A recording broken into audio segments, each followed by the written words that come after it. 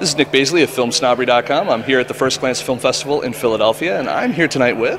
Michelle Steffes. Michelle, what are you here with? The Interview.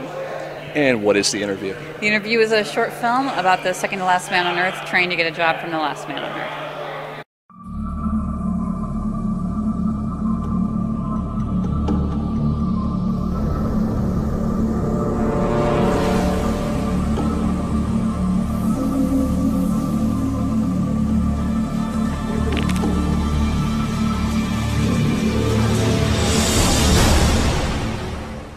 Unfortunately, none of your references had anything good to say about you.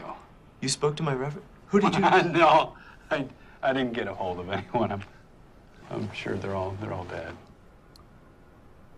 Oh. And what did you? Is this your first film, or is this Nope, this is my third non-student short. third non-student short? So did you go to film school? I just went to liberal arts college, and then I went to a consortium semester at Los Angeles Film Studies Center, which actually provided the grant for about 2/3 of the film.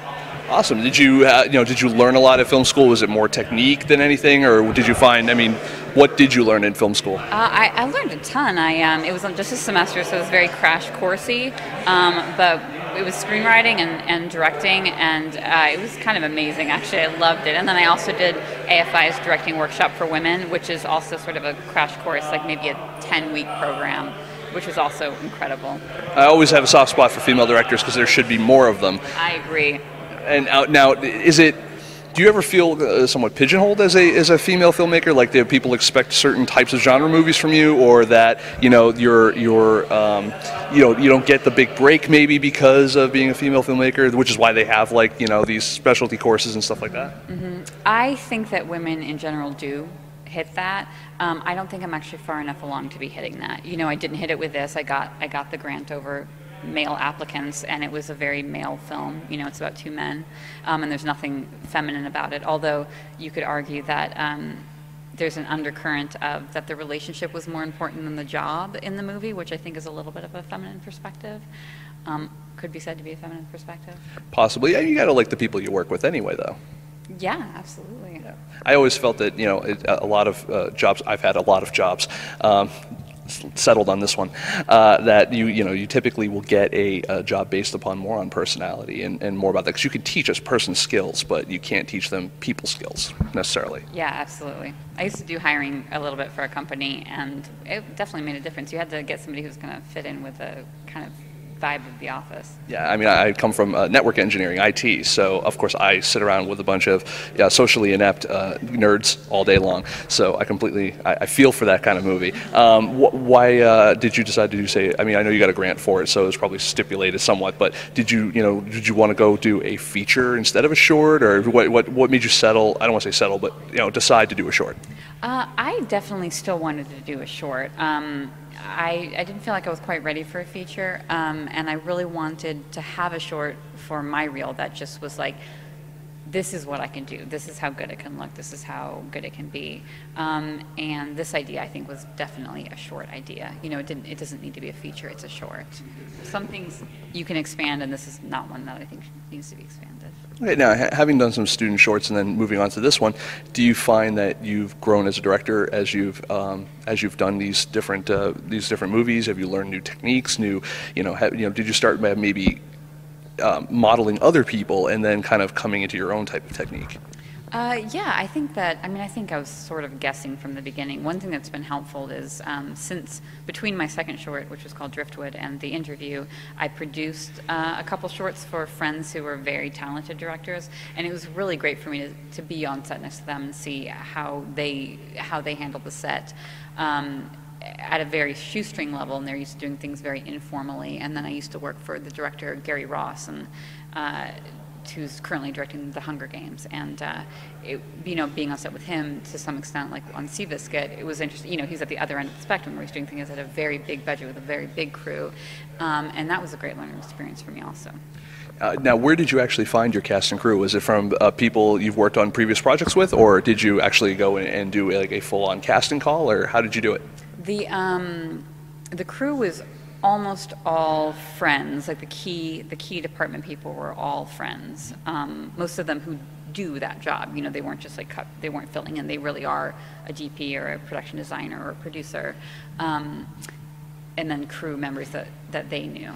And then the cast, I worked with Adam Shapiro on a previous Short-Term 12, which he was great in. And Bill Glass came in, who played Howard, came in for a casting call and was great. I mean, he had the part in the room. He was so funny. Now, in regards to, oh crud, I had a question up here, and your answer was so good, it blocked my other question out. I love editing. I was going to ask about, let's see, your cast, your crew. Oh, I got one for you. So, you know, as you were finishing the film, did you already have an idea of some of the film festivals that you wanted to submit to? Were you looking at, you know, did you have a festival strategy? I think with this one, especially because it's a later one, my main strategy was just to hit kind of great festivals, like festivals that I would really want to be part of and I would probably want to go to if it got in. And if it didn't get in for a long time, then it doesn't get in for a long time, which didn't happen. But I wanted to sort of be picky about where we submitted so that we were only hitting festivals that I considered sort of top tier or close to top tier.